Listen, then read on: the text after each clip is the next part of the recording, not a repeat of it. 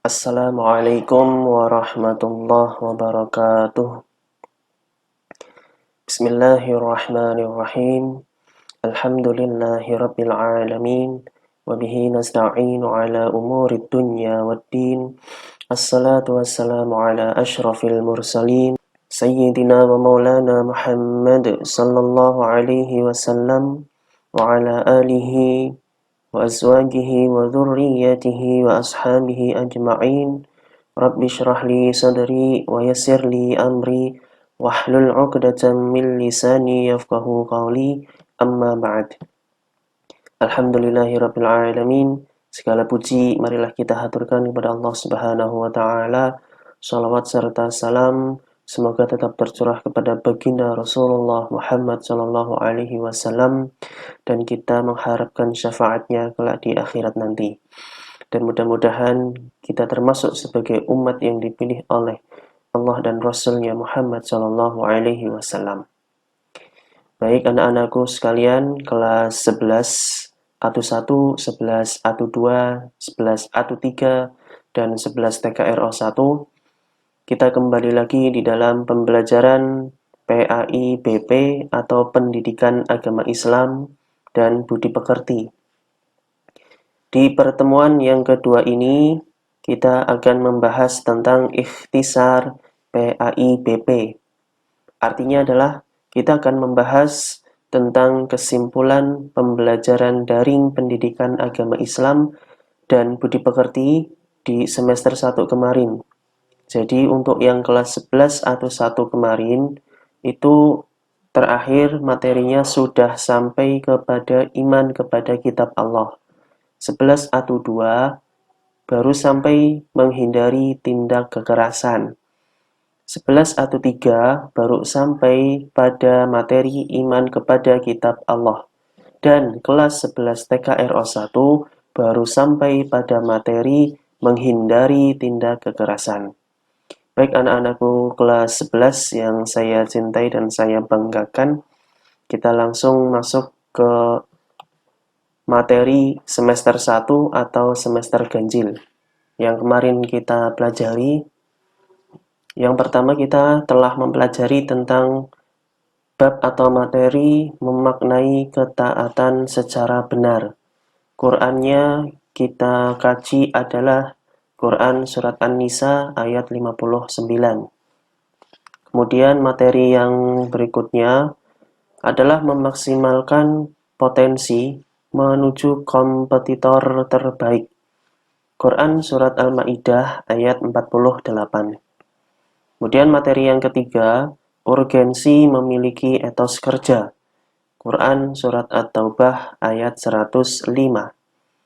Materi yang berikutnya yang keempat, menjalin kebersamaan melalui toleransi.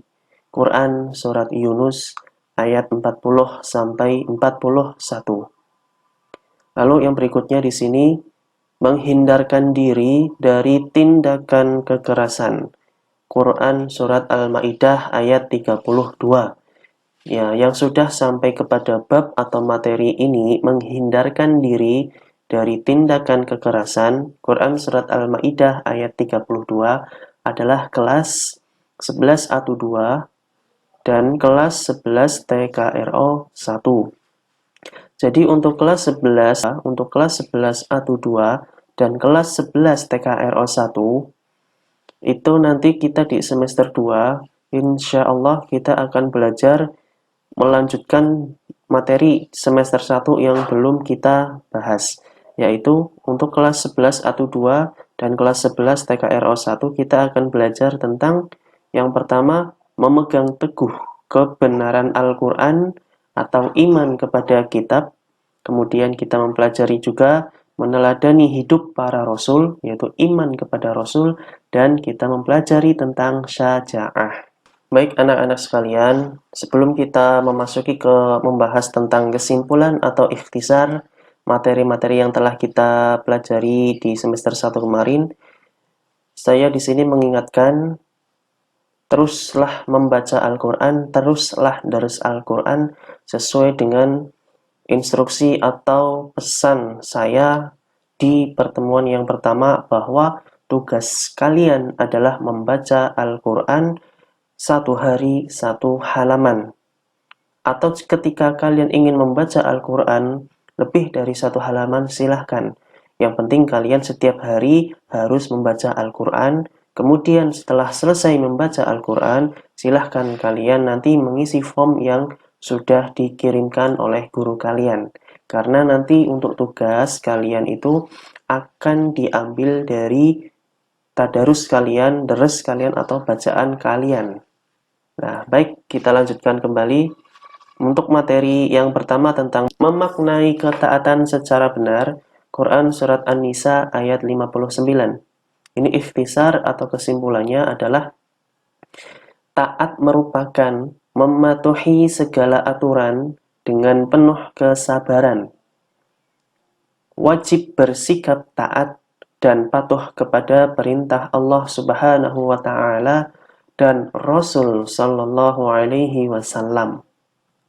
Kita yakin bahwa semua perintah Allah Subhanahu wa taala pasti mengandung kemaslahatan dan larangannya mengandung mudarat atau bahaya.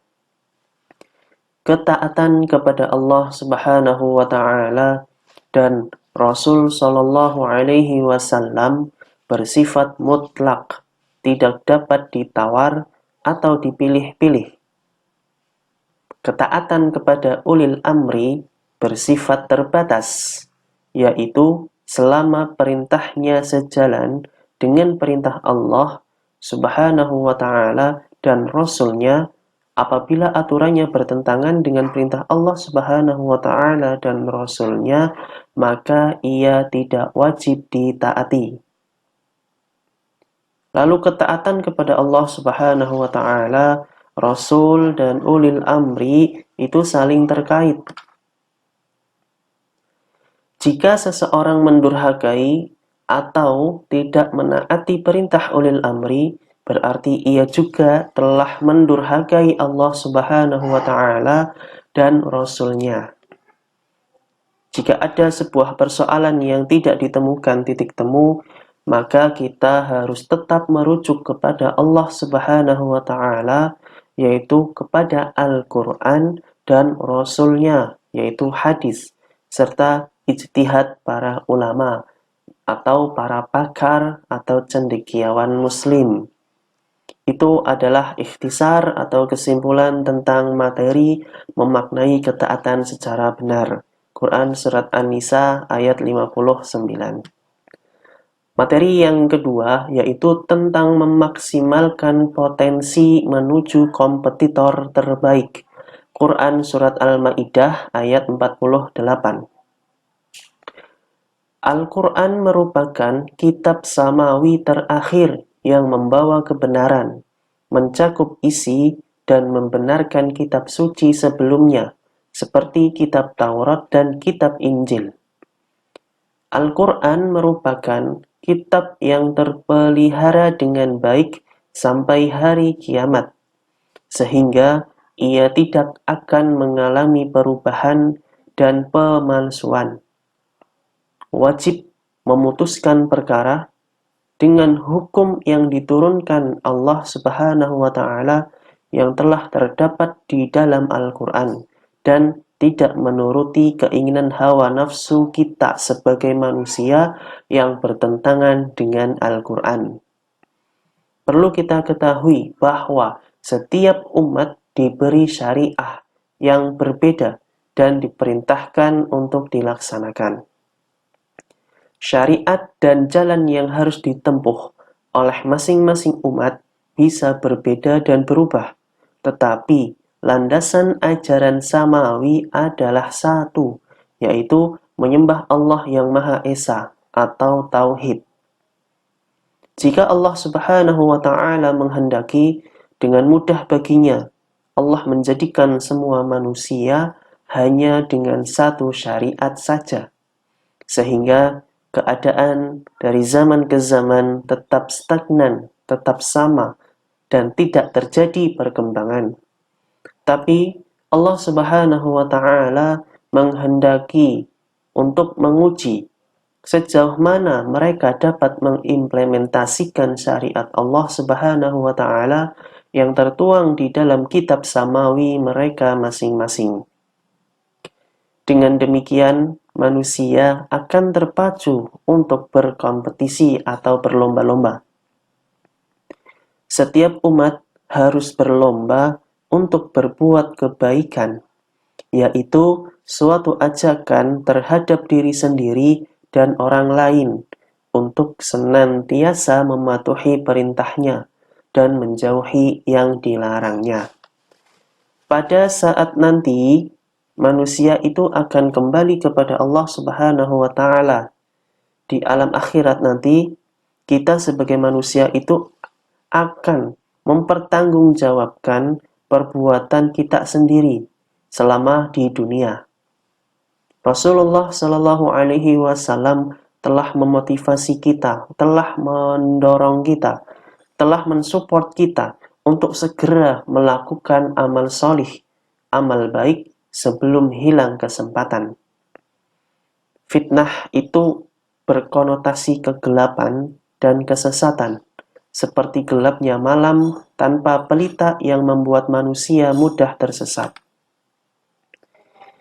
Keimanan manusia bersifat fluktuatif, pasang surut, tidak stabil, terkadang menguat dan terkadang melemah.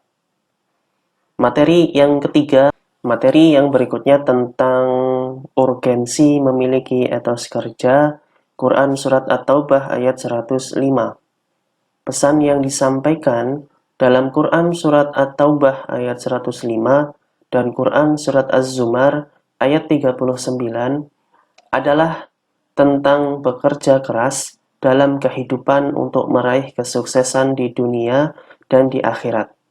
Dijelaskan juga tentang meminta-minta, yang merupakan sebuah perbuatan yang tidak terpuji, dan pada dasarnya tidak ada pekerjaan yang hina kecuali pekerjaan yang dilarang oleh Allah Subhanahu wa taala dan Rasul-Nya Shallallahu alaihi wasallam. Etos kerja di sini merupakan semangat kerja yang menjadi ciri khas dan keyakinan seseorang atau suatu kelompok. Etos kerja seorang muslim adalah cara pandang yang diyakini seorang muslim, bahwa bekerja tidak hanya bertujuan untuk memuliakan diri, tetapi juga sebagai manifestasi dari amal solih yang mempunyai nilai ibadah yang luhur di sisi Allah Subhanahu wa taala.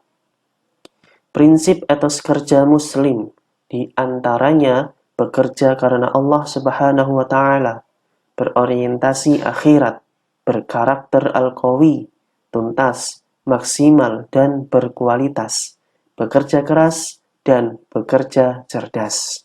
Itu tentang urgensi memiliki etos kerja, Quran Surat At-Taubah ayat 105.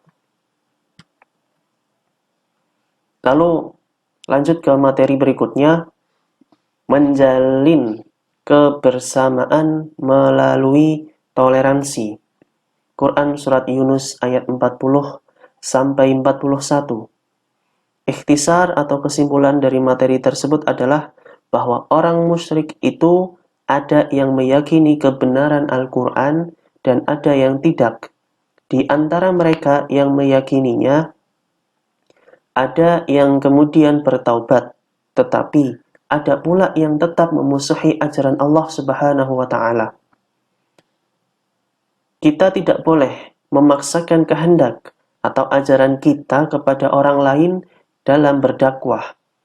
Pada akhirnya setiap orang akan bertanggung jawab terhadap amalnya masing-masing semasa di dunia dan mendapat balasan setimpal di akhirat. Setiap manusia berhak untuk dihargai, meskipun berbeda keyakinan. Penghargaan terhadap sesama manusia tidak terbatas pada saat hidup. Bahkan sesudah menjadi mayat sekalipun, manusia harus tetap dihormati. Di dalam kehidupan bermasyarakat, keragaman, kemajemukan atau pluralitas merupakan kenyataan yang tidak mungkin dihindari. Oleh karena itu perlu adanya toleransi. Sedangkan toleransi sendiri adalah sebuah sikap yang membiarkan orang lain mempunyai keyakinan yang berbeda dan menerima kenyataan itu sebagai hak kebebasan dalam hal keyakinan. Toleransi menjadi syarat bagi terciptanya kehidupan yang damai dan rukun di Indonesia yang masyarakatnya pluralistis. Kita perlu menjaga kerukunan, ya. Perlu kita untuk menjaga kerukunan, yaitu sebuah sikap mental dalam rangka mewujudkan kehidupan yang serasi, seimbang dan harmonis dengan tidak membedakan pangkat, kedudukan, sosial ekonomi, keturunan, ras, suku, dan perbedaan agama. Rasul kita Rasulullah Shallallahu Alaihi Wasallam dan para sahabat adalah teladan dalam berdakwah karena mereka itu penuh dengan toleransi. Setiap agama menjadi tanggung jawab pemeluk agama itu sendiri dan mempunyai bentuk ibadah atau ritual tersendiri. Toleransi menurut adanya sikap saling memahami. Jadi toleransi itu saling mengerti, ya. Toleransi itu saling memahami, itu menuntut adanya sikap saling memahami, yaitu mutual understanding dan saling menghargai, mutual respect. Kemudian 3 prinsip hidup dalam masyarakat majemuk atau pluralistis. Prinsipnya adalah yang pertama, plural is usual, keragaman itu biasa, equal is usual, kesetaraan itu biasa, dan modesty in diversity, sahaja dalam keragaman. Lalu yang berikutnya adalah materi menghindarkan diri dari tindakan kekerasan.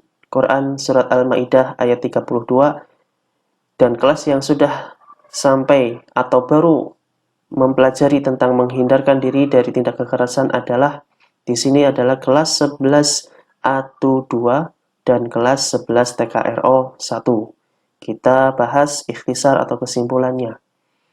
Quran Surat Al-Ma'idah ayat 32 itu di dalamnya menjelaskan tentang pentingnya menjauhi tindak kekerasan. Salah satu bentuk tindak kekerasan adalah pembunuhan tanpa hak. Nyawa manusia dalam Islam sangat mahal harganya, sehingga membunuh seseorang manusia tanpa hak nilai kejahatannya disamakan dengan membunuh semua manusia. Penegasan tentang perlunya kepedulian terhadap sesama dengan menjaga keselamatan jiwa dan hak hidup orang lain dan menjauhi tindakan yang membahayakan mereka. Adanya keharusan saling tolong-menolong dalam memenuhi kebutuhan hidup masing-masing, apalagi menyangkut kepentingan umum. Dan kekerasan itu adalah sebuah perbuatan seseorang atau kelompok orang yang menyebabkan cedera atau matinya orang lain, atau menyebabkan kerusakan fisik atau barang orang lain. Kita sebagai seorang manusia yang punya iman, maka kita ini dilarang untuk berlaku kasar kepada sesama umat manusia, apalagi menyiksa, menganiaya, dan membunuh. Semua tindakan tersebut selain akan mendapat balasan di dunia yang dikenal dengan hukum Qisos, bagi negara yang menerapkan hukum Qisos, yaitu hukum balas, juga akan mendapatkan balasan yang setimpal di akhirat.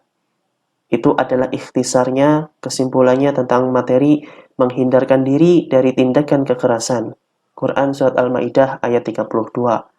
Kemudian kita lanjut untuk materi setelah ini adalah iman kepada kitab Allah, yaitu materi yang telah sampai di kelas 11 A1 dan kelas 11 A3.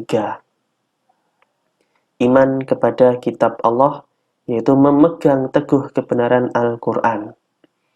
Ikhtisarnya adalah kitab-kitab Allah Subhanahu wa taala itu adalah sebuah kumpulan wahyu Allah Subhanahu wa taala yang mengandung petunjuk dan kebenaran yang diturunkan kepada rasul-rasulnya dan disesuaikan dengan zamannya masing-masing, antara kitab yang satu dengan kitab lainnya saling keterkaitan.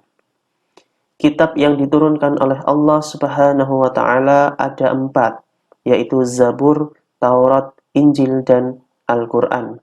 Selain itu, Allah Subhanahu wa taala menurunkan sahifah atau suhuf untuk rasul-rasul tertentu. Kedudukan kitab Allah Subhanahu wa taala itu adalah sebagai pedoman manusia dalam berhubungan dengan Allah Subhanahu wa taala, dengan dirinya sendiri, dengan sesama manusia, dan dengan alam serta lingkungannya. Fungsi kita iman kepada Allah dengan kitabnya, yaitu fungsi iman pada kitab Allah Subhanahu wa taala, adalah sebagai pedoman dalam kehidupan pribadi, bermasyarakat, berbangsa, dan bernegara.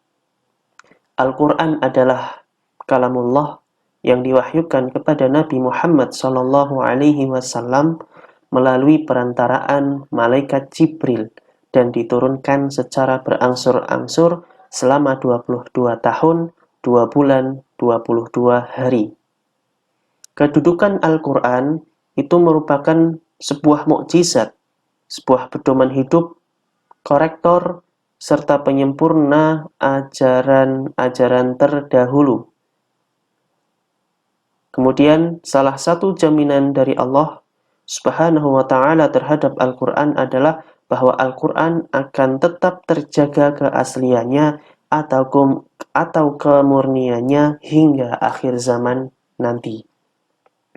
Alhamdulillah, ini kita telah selesai membahas tentang ikhtisar atau kesimpulan materi kelas 11 Pendidikan Agama Islam dan Budi Pekerti sampai terakhir ya, sebelum kita semuanya libur di semester 1 kemarin, yaitu tentang terakhir iman kepada kitab Allah dan menghindari tindak kekerasan.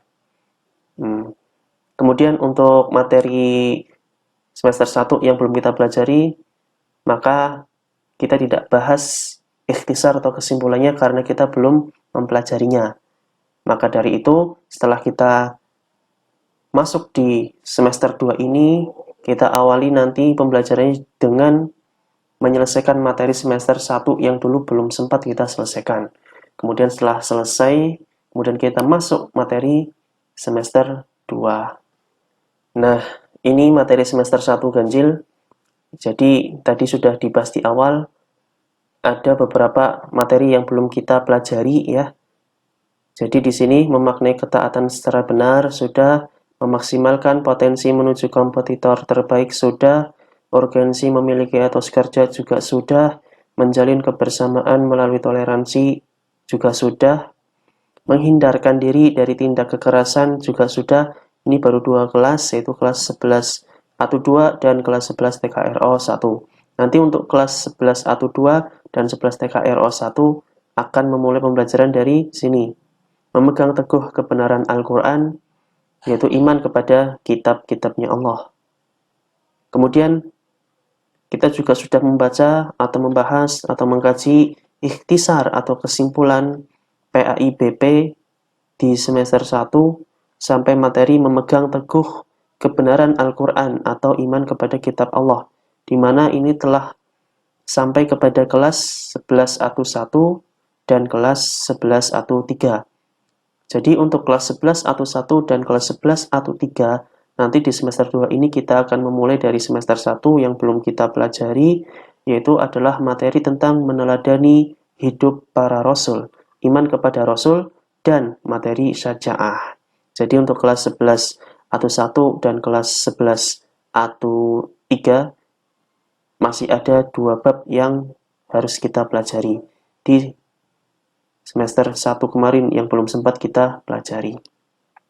Sementara untuk kelas 11 A2 dan kelas 11 A1 itu masih ada 3 bab yang harus kita pelajari, yaitu memegang teguh kebenaran Al-Quran, meneladani hidup para rasul, dan syaja'ah. Baik anak-anakku, kelas 11, setelah selesai nanti kita belajar materi-materi semester 1, kita akan masuk materi semester 2 atau semester genap, yaitu hormat kepada orang tua dan guru, kemudian ada penyelenggaraan jenazah, santun dan damai dalam berdakwah, kemudian ada bab tentang mencari keberkahan rezeki melalui ekonomi Islam, lalu bercermin dari peradaban Islam pada masa kejayaan, dan nanti kita akan bahas materi terakhir di semester 2 nanti, atau di kelas 11 nanti, itu tentang menatap masa depan dari peradaban Islam modern. Baik anak-anakku, alhamdulillah sampai di sini dulu pembahasan atau pembelajaran kita di pertemuan kedua semester 2 atau semester genap. Ambillah yang baik-baik, buanglah yang buruk-buruk. Mohon maaf apabila banyak salah kata, apa perkataan saya ini membuat tersinggung, membuat tidak enak, membuat sakit hati, tidak mudah dipahami. Saya selaku manusia memohon maaf, dan saya mengharapkan juga ampunan dari anak-anak sekalian. Mudah-mudahan ketika kita saling memberi maaf, saling memaafkan, akan lebih mudah kita belajar ke depannya. Dan saya sekali lagi mengingatkan, marilah kita selalu dan senantiasa membaca Al-Quran setiap hari minimal 1 halaman, satu hari. Kemudian kalian isikan form yang telah dikirimkan oleh guru kalian untuk dinilai oleh guru kalian. Dan nanti ada waktunya, bisa setiap 1 minggu sekali direkap atau 1 bulan sekali direkap hasil kalian membaca Qur'annya. 1 hari 1 halaman. Sekian, mohon maaf. Wal'afu minkum. Akhirul qawli. Wassalamualaikum warahmatullahi wabarakatuh.